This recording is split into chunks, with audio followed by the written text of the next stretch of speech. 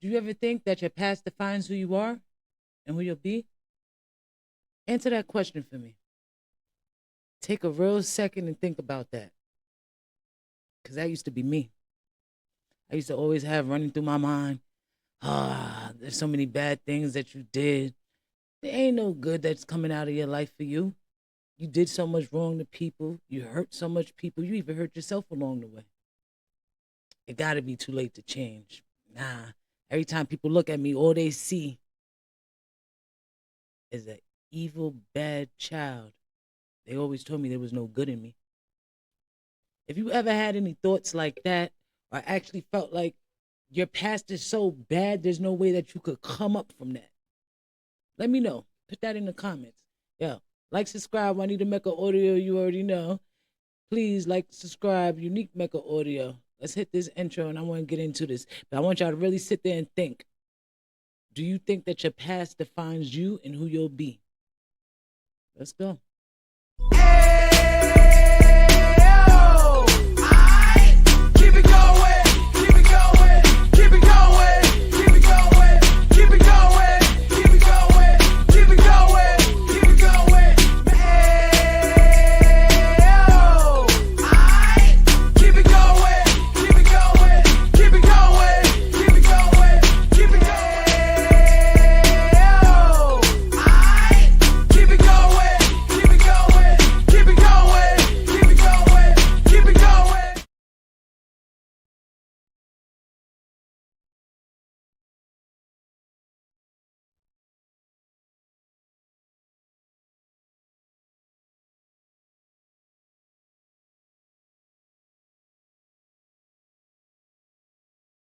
Yeah.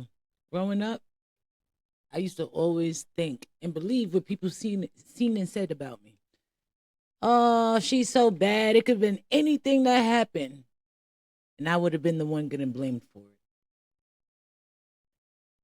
I want you to understand, I've been through hell and hot water. There was times, days, moments that I didn't think that I'll survive, or there's no way I'll be able to get through this that's going on. And I did. It may have took some time for me to actually get better and to really learn my lesson, but I did. And I want everybody to know it's never too late to change. And I want to show you that you're looking at the real definition within myself, because I did not let my past define me. I may have for so many years, but I finally came to a point where I was going to choose who I was going to be. I was going to find who Juanita really was. I want y'all to do the same, because when I say I felt like I did so much wrong and there's nothing good going to come from me because I used to be so mean. I dropped out of school. I was drinking, popping pills. Let me tell you something. Let's get into this, because I know when I said the pills, you was like, but let me say this. I never liked needles. You know what I mean? I watched a lot of crack movies and stuff growing up, so I already knew what the motherfuckers was doing the things. So I never really went to touch no stuff like that. And I'm gonna be completely honest.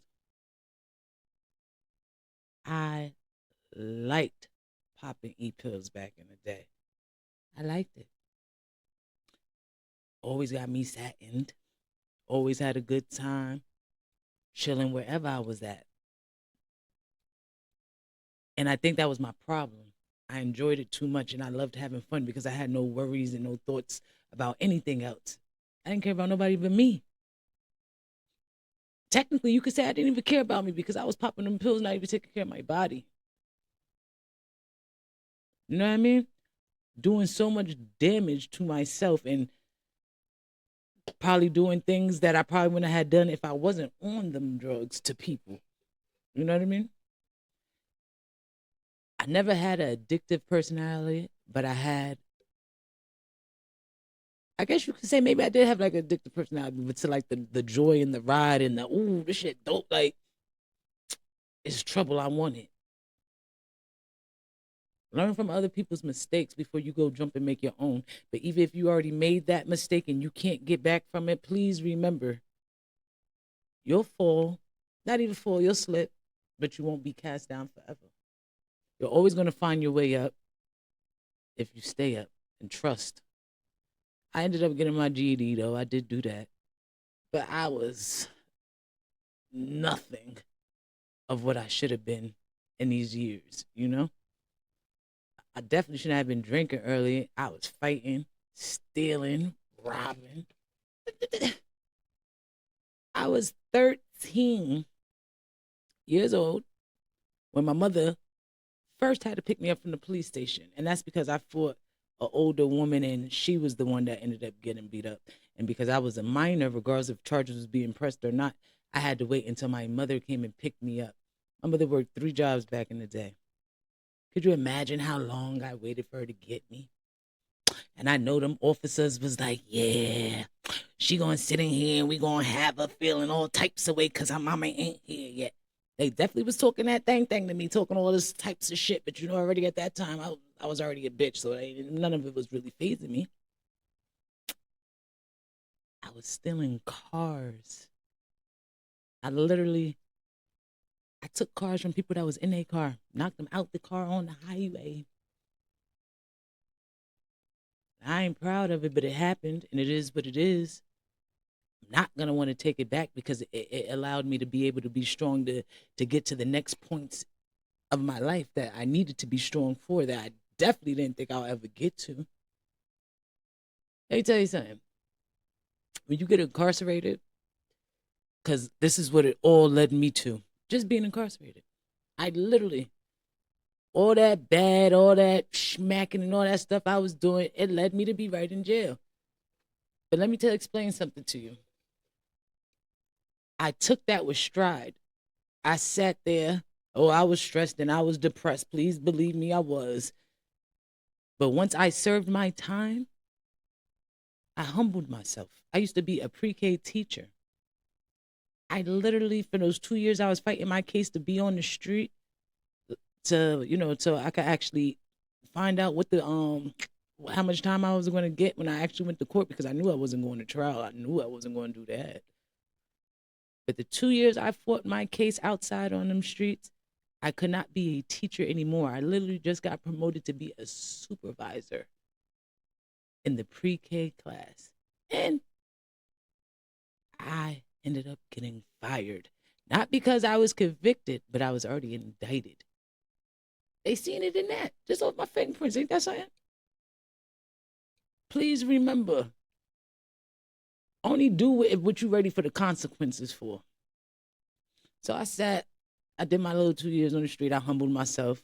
I went from being a teacher to working at McDonald's. Now, granted, it only lasted a month because my mouth was like this, and I don't know who they was talking to. Mop the floor. I do drive-through. I'm not mopping the floor, you know? But after I served my time, I came out. I was on mandatory parole for 3 years. I started from the bottom. I literally started cleaning hospitals. I didn't know what I wanted to do or nothing. I just knew I didn't want to go back to who I was. When I got incarcerated, my daughter was 5 months old. That was my first pregnancy, my first time having a child, and I just could not fathom that this was what's going on. I was so depressed, but I knew I had to stay strong, and I knew I had something better out there I had to fight for. And through all that depression, all that darkness, and all that sadness I sat in, I moped in, I had to find something better within myself to keep me going and moving, because Lord, he knows I was ready to, like, what's going on? Why am I in here?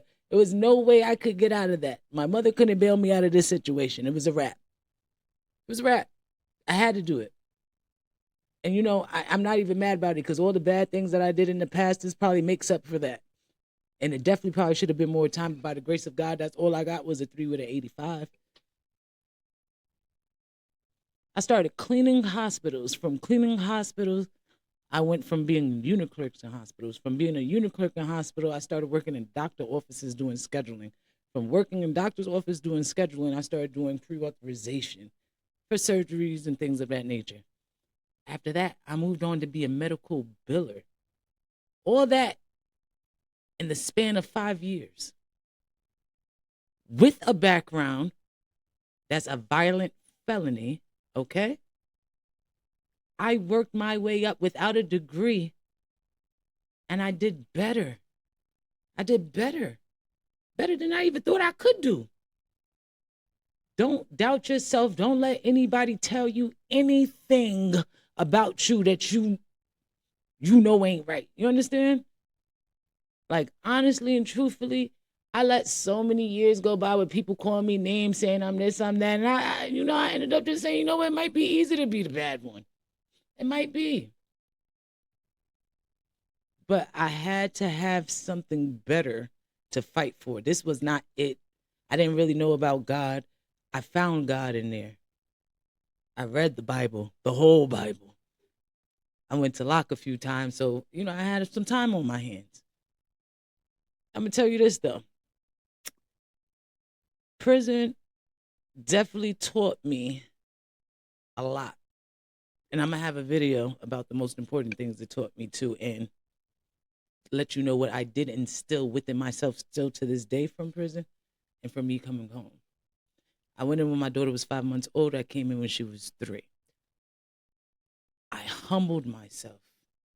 I worked my way up. And I made something of myself. Now, granted, I used to always want a daycare or, working with kids, helping, battery shelter, all that. I'm not able to do that anymore. But, God's letting me know that even though that's not that dream that I had, that too has passed. But now I got to fight and strive to find out who I am today and what I'm really meant to be. I love helping people. Now, granted, I can't be no doctor. I can't be no nurse because the face I'm going to show, I can't do blood and stuff like that. But I love helping others. I love giving that ear, giving that love, giving that support, letting them know even though you may not got family here in my mind, I'm here for you. What you need. You know what I'm trying to say? Let them know you still got somebody. I want you to understand something. With all this time that it's took for me to learn and grow and to figure out me, I'm still learning and I'm still growing and I'm still trying to figure out little old me. But in the midst of it all, I'm trying to absorb so much education and knowledge within just myself. Things that they don't even teach you in the books, you know what I mean? Within life in general. And it's so important for me to try to help other people do the same. Deadass. Like, I want you to watch this video. I want you to see what I'm really out here doing because I want to be able to help others the way they are. I want to open up my own things, which we ain't going to speak in existence because you ain't supposed to tell everybody everything. But I want to tell my own stuff. Watch this video. I actually took a ride up to Philly with my father, Unique Mecca Audio. You already know. This is the first time I ever drove my car by myself. Yes, I'm old. And the first time I drove my car by myself, 2-hour ride for Dolo. But, I had my little thing, had some snacks in the car. I was good. I was surprised I actually did it without even getting no anxiety. The ride was cool. I got to, really just chill. And at least it was like a straight ride, you know what I mean? I took a little ride out there. And look what I did when I went. And what I listened to and who I listened to. Let's go. All right, I'm here at Beanie Sigel's, man. What you got to say, family? Hey, man, lock in and tune in. It's Juanita Mecca Audio. All right. Tune in, Juanita Mecca Audio. All right. Check it out. It's real, man. Juanita Mecca Audio. All Check right. us out. Let's go. My baby. This is Akbar Pray. Yes, I want y'all to tune into Juanita Mecca Audio. She keeps it live, she keeps it real, and it's not just about the streets. She's tuning in the thought leaders across the country. Make sure you tune in, man. Stay up, stay safe. All right. All right, baby. Yeah. Let me tell you something. I was so honored to be around such people, men mostly, because it was only men on the panel, that actually went through things that I went through, even worse things that I went through that my father went through. It's beautiful to find people that been through things that you have, that could understand, that could relate, and that could help you. I couldn't ask for anything else. I couldn't. It was amazing. And just to be there to see this and to know that This could be me one day standing up here talking to others and they listening to my word, really taking heed, and my life has actually changed the life of another. That's beautiful to me. And I hope that you guys actually listen to this video. If you ain't going through it, let somebody else that's been going through it share the video. Let me talk to them. Yo, write in the comments. Even after this talk, and I explain to you how I'm a definition of how I did not let my past define me. I defined me and who I am and who I will be today and every other day after that. But I want y'all to really let me know in the comments what you think. You defined yourself, or you want to let your past define you and you want to let everybody else just tell you who you are instead of you being who you need to be. You know, we don't even move like that. You better get with it. All right, y'all. I'm out. Like, subscribe. Juanita Mecca Audio. Like, subscribe. Unique Mecca Audio. You know what it is.